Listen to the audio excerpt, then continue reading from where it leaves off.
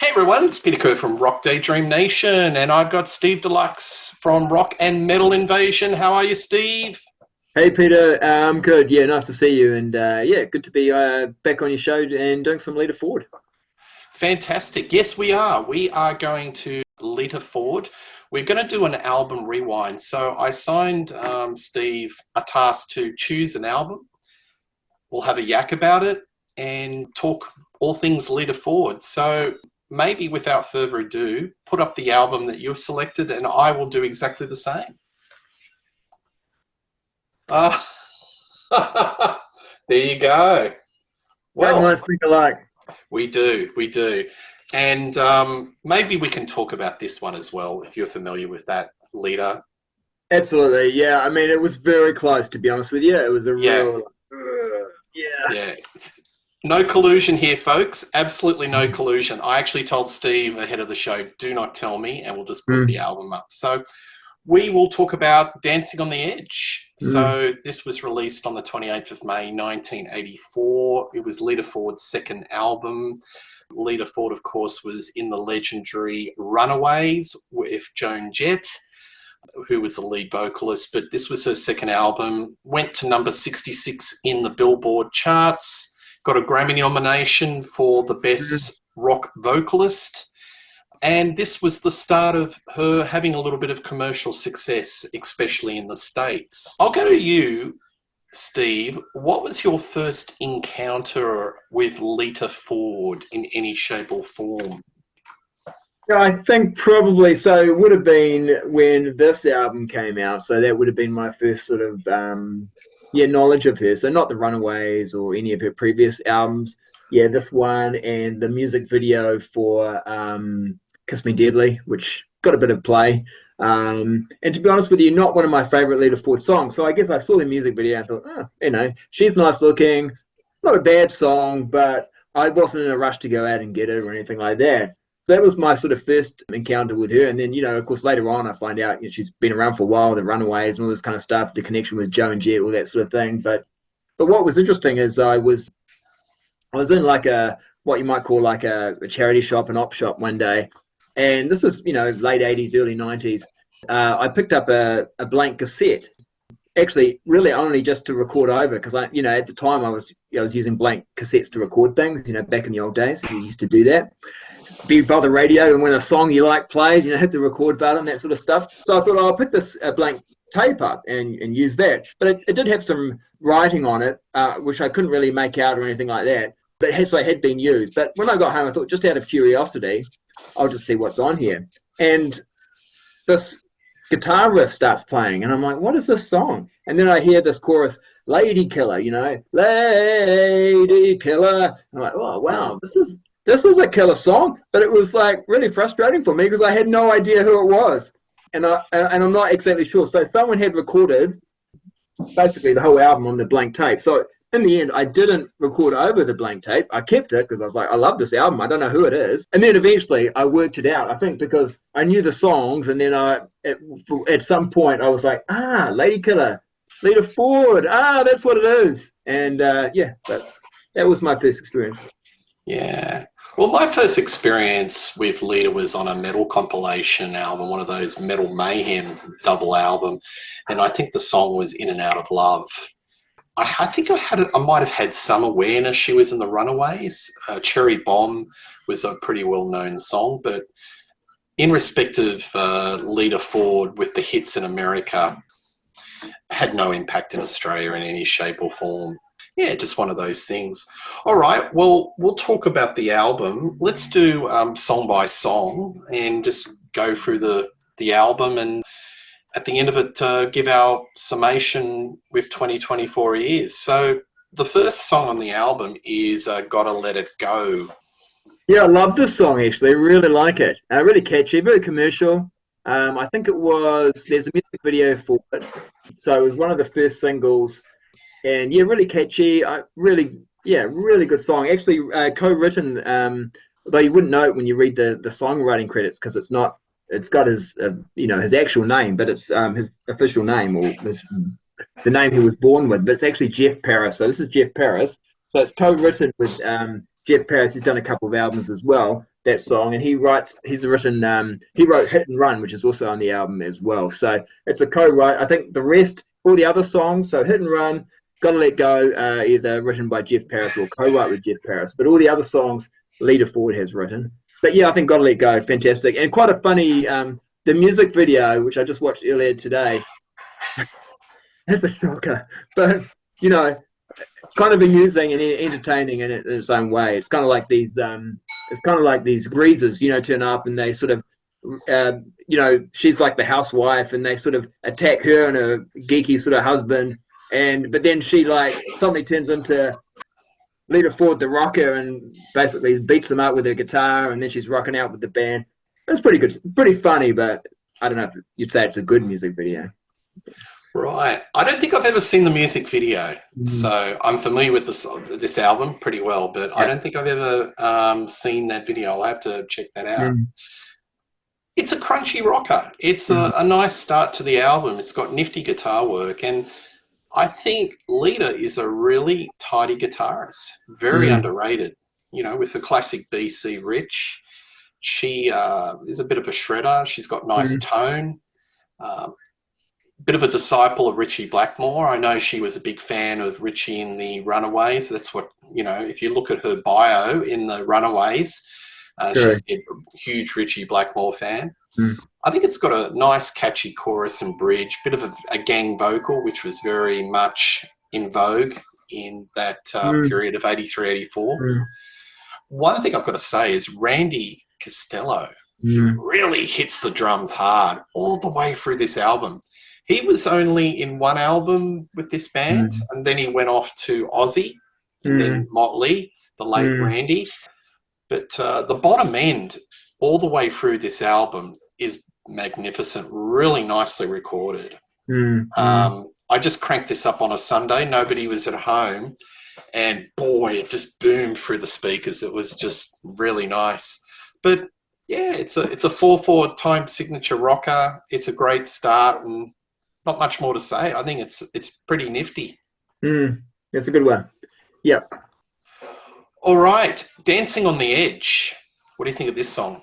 Yeah, well, like for me, this is another good song, another good rocker. I think straight away you're noticing, well, I am anyway, when you compare it to her debut album, there's a lot more hooks, slightly more commercial, more hard rock, melodic. I guess this is 84, so the sort of hair metal sound starting to come in, and definitely with the look and the image of the band as well. So yeah, this is and like you talked about the production. This is produced by Lance Quinn.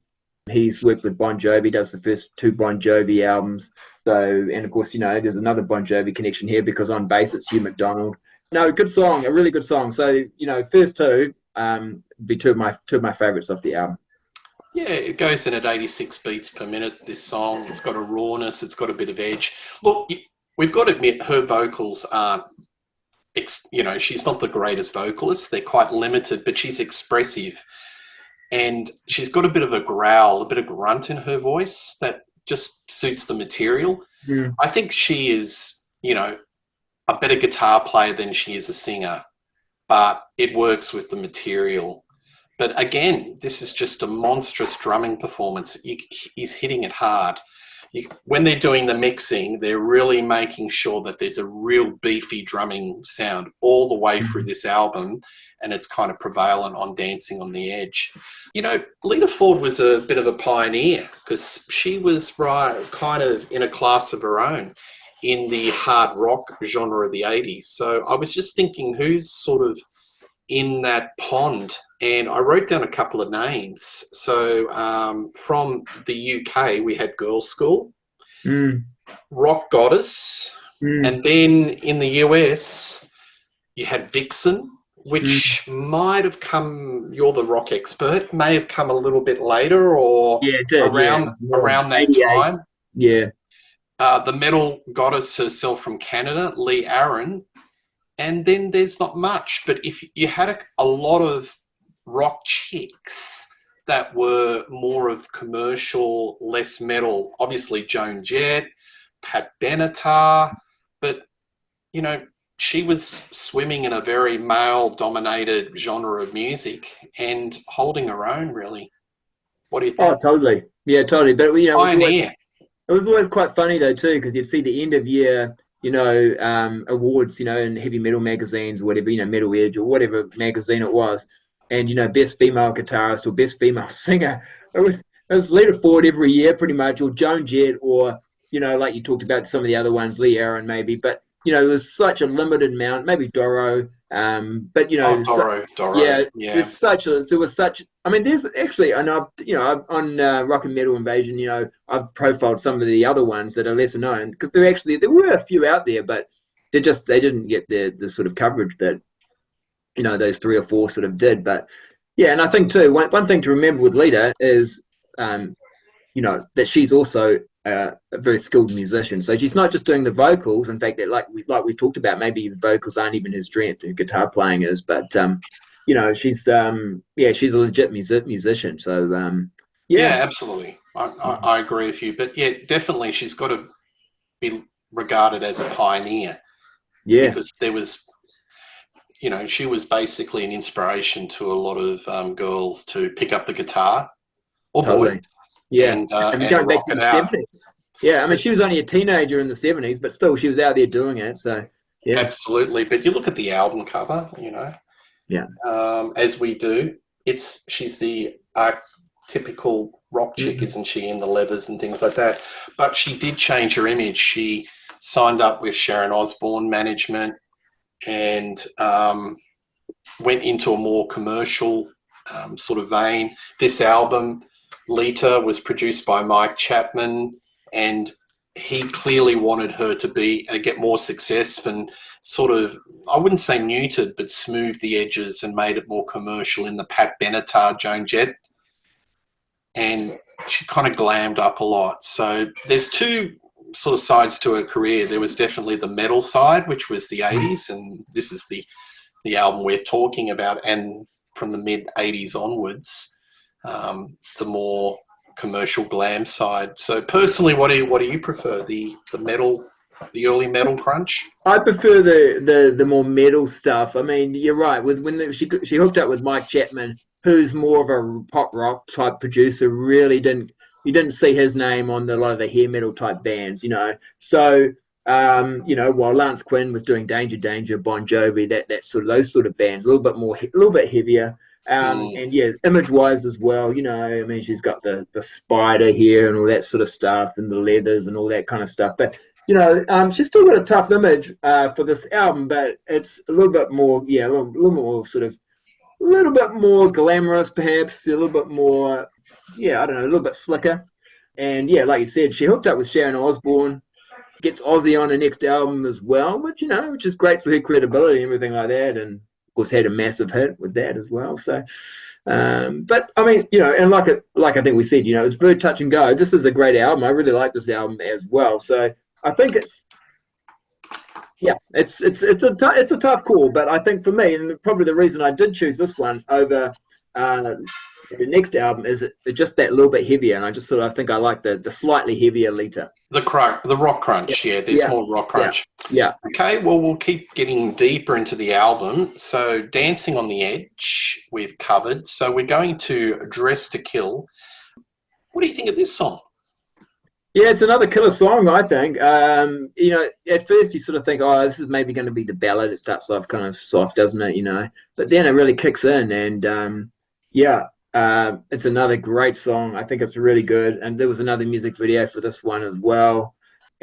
Yeah, I'm not surprised they released it as a single. I think it's a really good song. Tony Iommi, actually, if you watch the music video, he does a little intro at the start, just talking to the camera. And of course, Lita was actually dating Tony at the time. So, so they were together at that particular point. So, we talk about her, guitar playing. If Tony Iommi's you're living with Tony Iommi, you must be picking up a few skills as well. So, yeah, absolutely. So this is a bit of a raise your fists in the air type of song. It's an anthem. There's a lot of double track vocals, gang vocals, sledgehammer drumming. Again, I keep on coming to the bottom end. The bottom end is so strong. it kind of stomps and it lumbers around, but I don't say that in a bad thing. It's just really, it's just got a lot of oomph, a lot of power to it. So I'm pretty happy with this album so far. If I was listening to this for the first time, there's nothing really I would say is a dud track. So Dress to Kill.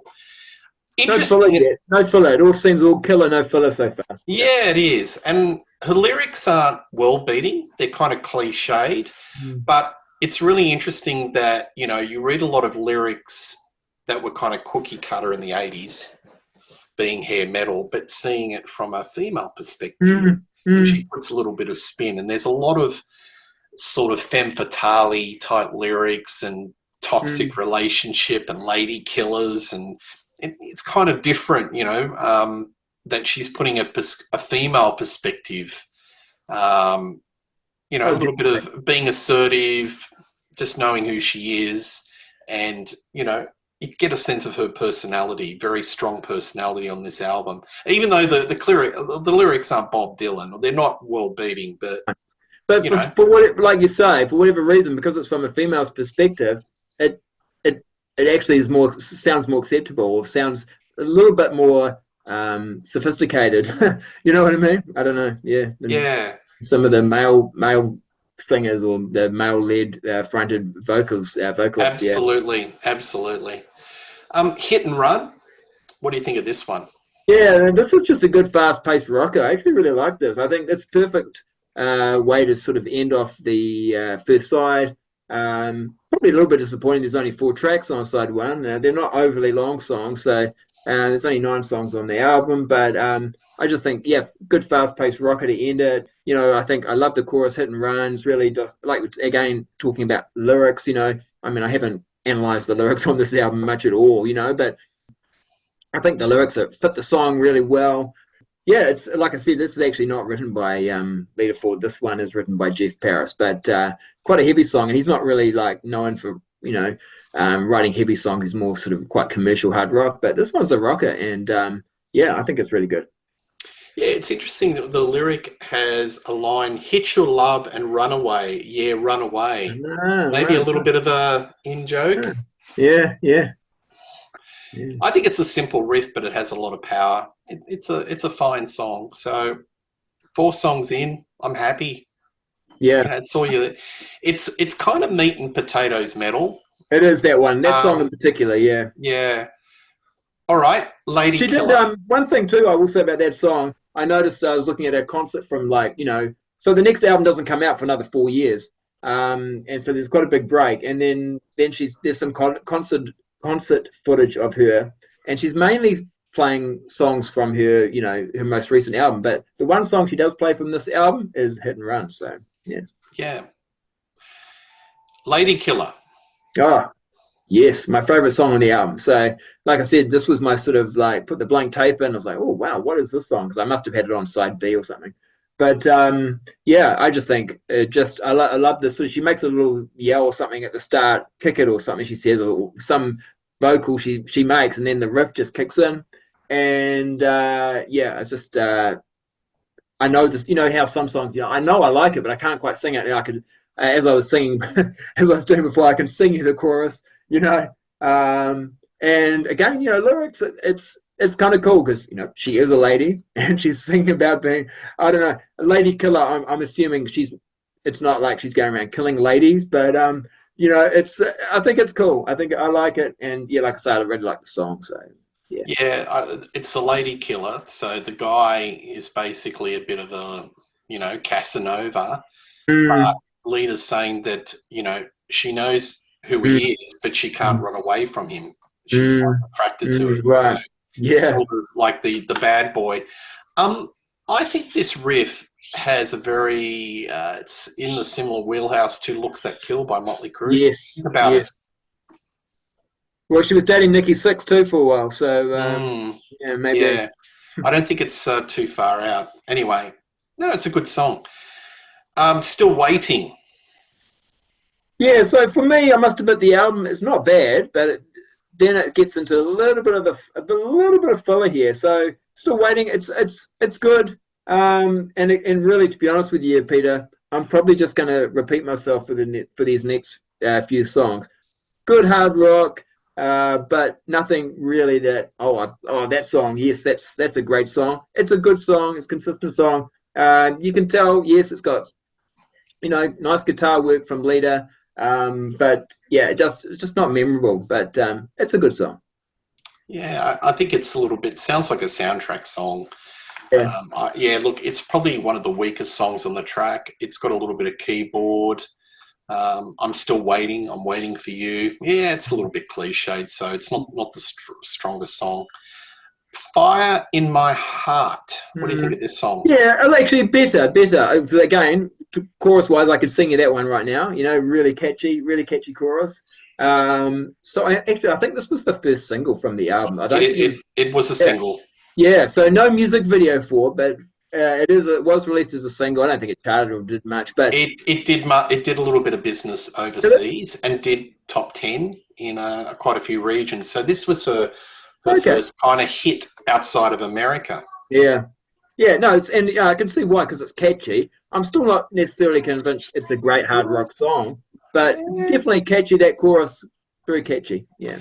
Well, our first disagreement, mate. I think this is the best song on the album. I love it. It's ear whiz. Yeah, I love the guitar line. It's got these. It's 4/4 time signature. It's got these Blackmore power chords, and it's kind of a little bit bluesy. And if you break it down, even the bluesy lick sounds a little bit ZZ Top. So it's kind of Blackmore meets ZZ Top. And I think it's super catchy. And it's got a lot of attitude. It's got a lot of sass. I love where she holds the note right at the end. A lot of people don't like it. And she's got this massive vibrato. And it sort of extends out for, 10 seconds or more. But I think this is my favourite song on the whole album. I think it's absolutely killer. Isn't it funny? We just hear different things. Not surprised. No, I mean, like I say, for me, outside of Lady Killer would be the next best song on side 2. But no, it's the best song on the album, I think. And when you listen to an album, you go to sleep, you wake up, and sometimes you hear this song in your head. It's been in my head all week. I love it. She does a lot of lyrics that talk about fire and look in the eyes. So that's a common sort of, theme, lyrical theme. Yeah. Fire, eyes, danger. Yeah, that's pretty cool. Don't Let Me Down Tonight. Bit of a power ballad. Yeah, it's good. I mean, I think it's probably good to have a song like that on the album. You kind of had to have a song like that on your album. It's for me. I like her rock songs, to be honest with you. I mean, on the next album she had Falling In and Out of Love, which is a good song as well. It's a bit like that, and sort of surprised in some ways it wasn't released as a single. But yeah, I prefer the rockers. It's definitely got a heavy drum sound. Yeah. And it's way up in the mix, and it's got a bit of a emotional swell. I think every album in that era had to have a power ballad, unless you're Rat. Yeah. Or maybe they had a power ballad, didn't they? Well, they did sort of still even have some, and I guess some are softer or heavier than others, But, sometimes some people would say, well, that's not a ballad, that's not a power ballad, that's just a hard rock song. Sometimes they're a little bit hard to distinguish, but yeah. Well, she's playing to a formula here, so absolutely has to have the ballad, and it's an interesting. She does it as the second last song because the power ballad. Steve Deluxe Records. All right, you've got a band. Where would you put the power ballad normally? If power ballad's usually a single, would you put it as the second last song? I don't mind it actually. I wouldn't. Obviously, don't put it at the start. Don't put it if it's on a record. It's not the first song. Have you? You've got an extensive metal collection, mate. Yeah. Have you ever heard a power ballad as the first song? in Not any on the metal album. not on the first song of side A, I don't think, but of side Ever. B, yes. No. No, but yeah. Viewers, let us know. We want to know. Yeah, I Is mean, there any sometimes. bands that actually break the cliches? Yeah, I mean, sometimes they might start off with a sort of a slow intro, but then it kicks in, But yeah, but because Cinderella have falling apart at the seams, but Blues Seamstress Blues is actually like the Bluesy. intro, That's bluesy. bluesy intro sort of thing. But Yeah. yeah, it kicks in. But I've anyway, seen a few live bands that start off with a ballad or a power ballad, but I've never heard one on record. But I always think the power ballad probably gets tucked in the middle. I think it's a bit unusual they've put it as the second last. Yeah, I think maybe because just like let's finish with a rocker at the end sort of thing, and then have that one and then just. I know why. Yeah, absolutely. Yeah. Which leads us to Run with the Dollars, which is just a fast-paced sort of rocker at the end. And I think it's a good way to finish off the album. But yeah, not AC/DC. I said AC/DC. Yeah. Could you see it? I think there's a lot of boogie. Yeah. It's kind of a balls out rocker. It's a lot of boogie. It's very catchy. It's got the gang vocals. But did you hear AC/DC in this song? No, I can't remember thinking AC/DC, but I mean, I wouldn't argue with you about it. I mean, it's I just thought, good, good rocker to end the album sort of thing. But and again, lyrics are a little bit interesting there. Run with the dollars, kind of cool. But fits the song. Yeah, the lyrics that fit the type of song it is. Yeah. Yeah. Well, there you have it. You've got 9 tracks. All in all, I think it's a really solid album, and I think it's a really good listen. It's not world beating, and you'd have to, from my perspective, I think the thing that really shines is her guitar playing. She does some wonderful guitar work, and she's very accomplished guitarist. Absolutely, yeah. But also, even though she's not maybe the greatest singer, she's still got that distinctive voice. Do you know what I mean? Like, oh yeah, that's Lita Ford. I reckon I can sort of tell. That's something too. It's like a lot of those vocalists from the '80s. Talking about like Rat, like Stephen Pearcy, Vince Neil. Not necessarily the greatest singers, but when you hear them, right? Absolutely. So when I said not the greatest singer, that's not a negative. I'm just saying that vocally, classically vocally, she doesn't have big range, but for the material, it's fine, and it's her. Yeah, and totally. It's got personality. Yeah. Oh, totally. So, Steve, do you think she was finding her feet with this album? Do you think we saw the true Lita in this album? You saw the true. Is this her, or was this more her, or was this somebody's idea of what Lita was? Oh, I think it's an evolution, really. I think evolving. Like I said, there's a 4-year gap between that album and the next one. Supposedly, she actually recorded an album that's unreleased, which I would love to hear. But for whatever reason, maybe some of those songs did end up on the next album anyway, or she's used those songs on other albums. But it seems pretty crazy that there's some unreleased Lita Ford album that was recorded between '84 and '88 that is in the vault somewhere. That would be great to hear. But she did put out a thing called Time Capsule a few years ago, which has a lot of unreleased songs on it.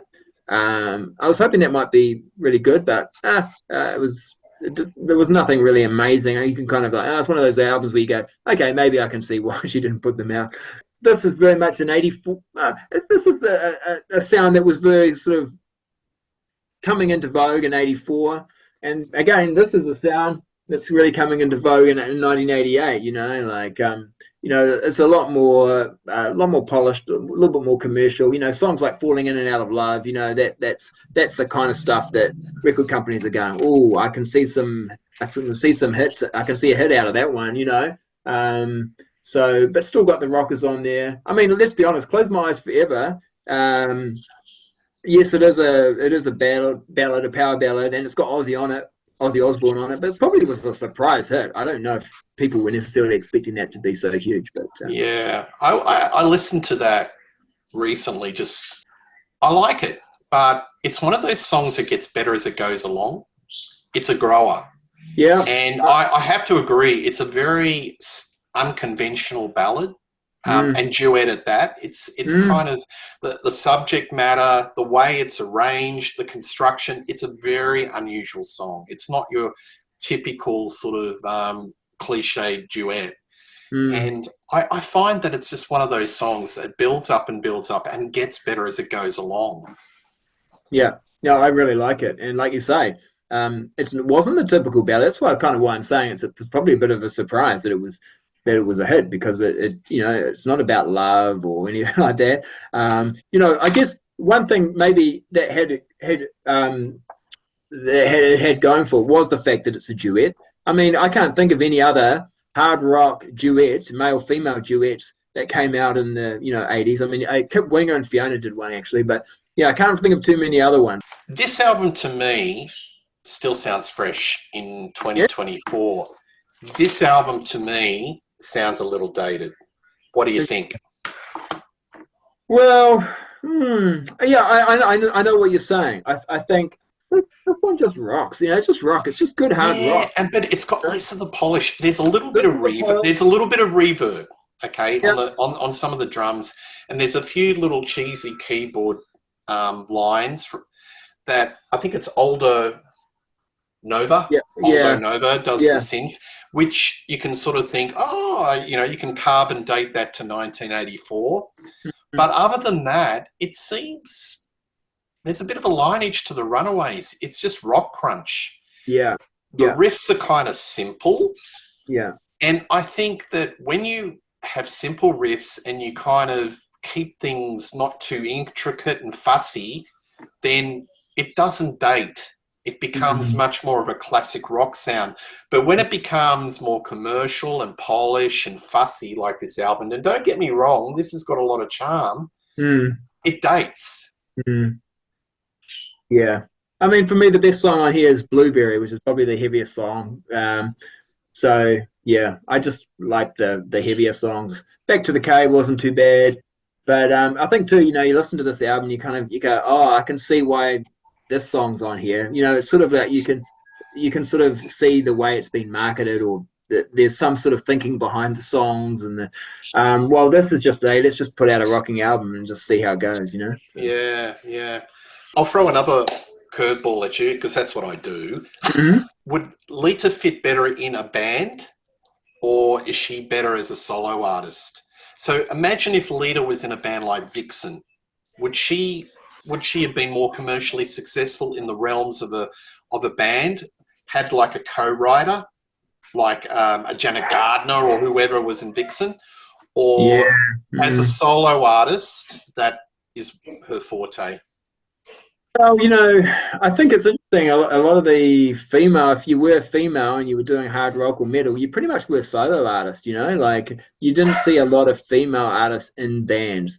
So it was kind of, or if you were, it was an all-female band, Like Vixen. Yeah, like Vixen. So, I mean, I would have been interested, absolutely, but I think that it made sense for her. She'd already done the band thing maybe with the Runaways. So I think to be a singles artist was probably the right thing. I think the only thing I'd say is you never really knew, well, who isn't her band? It's a bit of a faceless sort of a band. Like we know now, we can look in the credits and so forth, but it's and maybe that was the idea. It's all about Lita, but sometimes it's good to have a bit of a profile and know who else is in your band. Who's on your drums, who's your guitar? Well, she's the guitar player, but who else is in the band?